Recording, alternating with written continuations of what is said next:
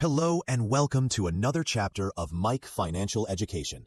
Today we'll discuss 12 key points from the book, The Psychology of Money. Point 1. No one's crazy. This point deals with the fact that each person has a different perception of money due to different life circumstances. Therefore, we need to understand that someone who doesn't act in the way we think is right isn't necessarily irrational or crazy. Let's look at people born in the 1970s. During that time, the S&P 500 index grew very rapidly, and people who invested in this index in the early 70s increased their profits about tenfold within 20 years. But if we look at the 1950s, the S&P 500 was a very unprofitable index, and for roughly 20 years, it yielded almost no returns. People born in the 1970s will think of investments as the best and safest thing to do financially. And from their perspective, this makes sense because it was true during the period in which they grew up. On the other hand, people born in the 1950s will think that stock market investments are unnecessary and don't generate profit. And they're also right, because during their lifetime, the stock market was not profitable. So, before you judge people on their financial behavior, remember that economics is a field more related to psychology and sociology than to exact sciences like chemistry, biology, and physics. Therefore, just because you think in a certain way doesn't mean the person you just met across from you is crazy because they think differently. Point 2. Don't underestimate luck. Every outcome we get in life is a combination of our level of investment, our skills, and our luck. If we look at success stories, we'll see that luck almost always has some impact on their success. For example, if we look at Bill Gates, who is considered a huge success story today, we'll see that luck definitely helped him succeed in life. Think about the fact that he was born in the United States, considered one of the strongest countries in the world, economically and technologically, which gave him an advantage over others in the world. Additionally, he was fortunate to be in one of the only schools in the US and the world that had a computer during his time. If there hadn't been a computer at school, he wouldn't have started learning code. And if he hadn't started learning code, there's a very good chance we wouldn't have heard of him at all. Point 3. Learn to say that's enough. The capitalist system is excellent at doing two things: creating wealth and creating envy. Humans naturally want to be better relative to others. This pushes us on one hand to be more productive and have higher motivation. But on the other hand, comparing yourself to others over time will leave you feeling inadequate. Imagine you want to be the richest person in your neighborhood. You'll work hard to reach that goal, but the day after you achieve it, you'll already feel it's not enough, and you'll want to be the richest in the city. You'll work very hard and become the richest in the city, but you'll still feel inadequate. Why? Because now you want to be the richest in the country or in the world. And even if you reach the point where you're the richest in the world, you'll start comparing yourself to others in different areas, like fitness or relationships, leading you again to an endless cycle where you always feel you're not good enough. So before you reach such a terrible state, think about what amount of money is enough for you. And once you reach it, you can enjoy the achievement instead of comparing yourself to others and becoming depressed. Point 4. Appreciate the power of compound interest. One of the examples in the book about the enormous power of compound interest is the story of Warren Buffett. Warren Buffett is worth $84.5 billion, of which he earned $84.2 billion after the age of 60. The reason Buffett is so wealthy is simply because he has invested patiently for over 75 years. And there's no doubt that when you are patient, the power of compound interest proves itself. Point 5. Save money. As you remember from the first point, money and economics are fields more related to psychology than to exact sciences. The formula for saving that everyone knows is income minus expenses. But the book offers a very interesting suggestion that says your savings are your ego minus your income. This way of thinking is interesting and allows us to look at expenses in a psychological sense, not just a mathematical one. You need to ask yourself from time to time, how much of the money you spend is meant to impress others, and how much of the money you spend meets the needs that are important to you.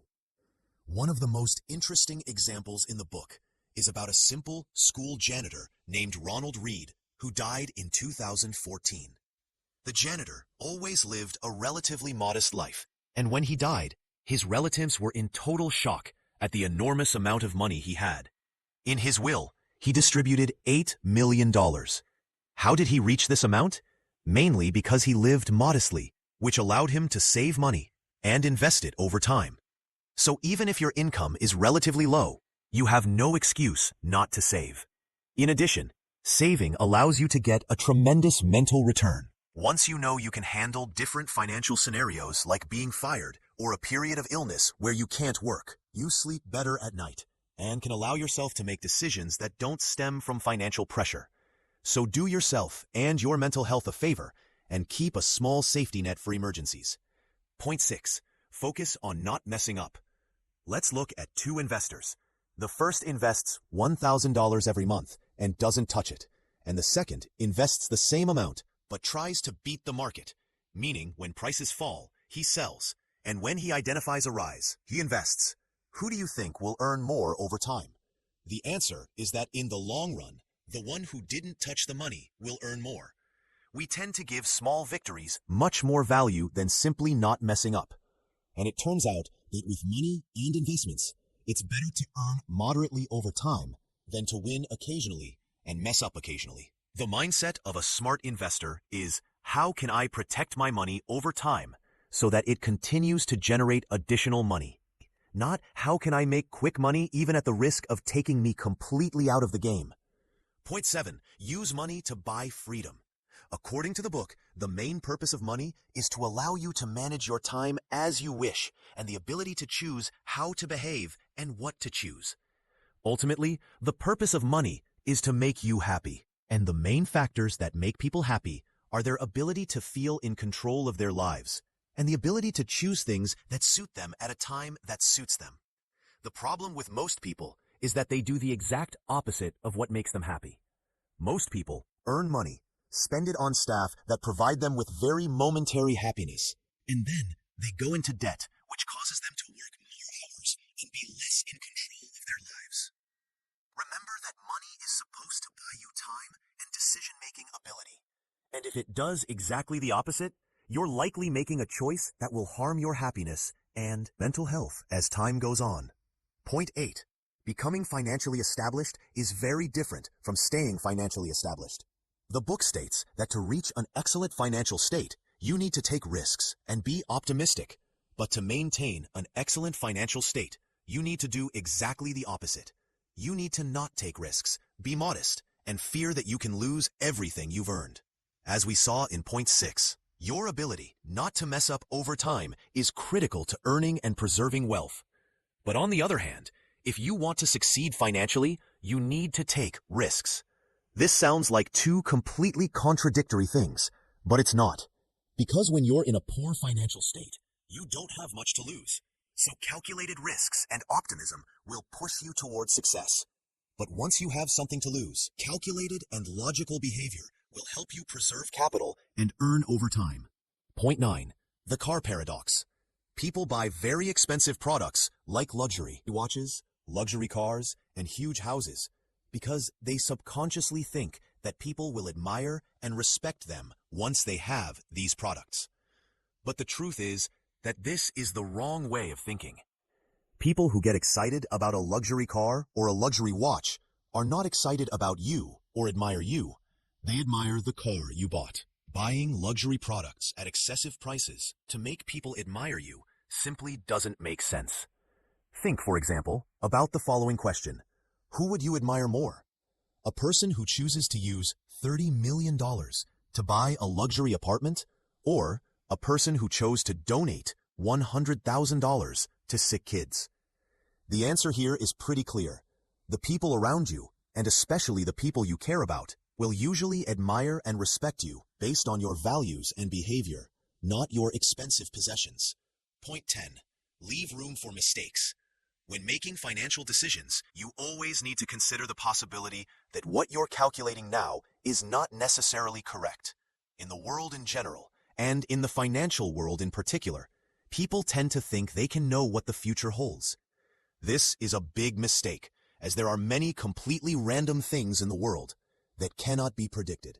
For example, if you invest a certain amount of money in a certain investment with the expectation that it will yield a 10% return per year, and your entire financial future depends on it. But it turns out that in the end, the return is only 3%. What will you do then? You'll probably crash. So in order to avoid such a situation, you need to treat the world of economic forecasts as a statistical probability and not as an absolute truth. Once you start treating investments and money this way, you'll always have a margin of error that will allow you to survive financially, even if you were wrong. Point 11. Avoid large financial debts that will harm your future self. If you try to think of yourself from a decade ago, you'll discover that you've changed dramatically. What you thought at age 15 is not relevant to what you think now. But we have a psychological tendency to think that what we think today is what we'll think in the future. And statistically, the chance that you'll think at age 50 what you thought at age 20 or 30 is zero. If you're living now in a way that leaves debts to your future self, you're making a huge mistake. Why? Because your way of thinking today, your goals today, and your values today will completely change in a few years. And if you take out large loans just to fulfill your goals and your desires in the present, it means that your future self, who will be under heavy financial obligations, will have to pay the price of your decisions that no longer suit them in the future. For example, think of a young man who just got out of the college and thinks to himself, "There's no way I'll get married in the future. I don't want to start a family. I prefer to see the world and spend my money on entertainment." That person will take out loans for flights and spend enormous amounts of money. But when he reaches the age of 30, there's a very high chance that this way of thinking will change, and he'll want to get married and start a family. Only now he's in debt and doesn't have enough money to start a family and get married. So remember that it's okay to fulfill your aspirations today, but not at the expense of your future self. Point 12. There's no free lunch. Most people understand that if they want to buy a certain product or receive a certain service, they need to pay a price. For example, if you want to go with friends to eat pizza, you understand that you need to pay for the pizza, and you're willing to make a deal where you lose money in exchange for food and an experience with friends. The problem many people have is that they treat certain things as a worthwhile deal and other things as a price they're not willing to pay on the road to success. For example, many people try to beat the market in investments instead of investing money knowing that sometimes they'll lose. They're trying to get a free lunch without paying the price, but in the end, they pay a heavy price and lose a lot of money compared to people who were willing to pay prices to continue and persist in investments. The price they paid is the mental price from the stress during the decline in the value of investments and the financial price of losing money. But there's no doubt that the one who is willing to pay the price and doesn't look for quick money without sacrifice is the one who will succeed in the long run. I hope you enjoyed, and of course, we will meet again in future videos.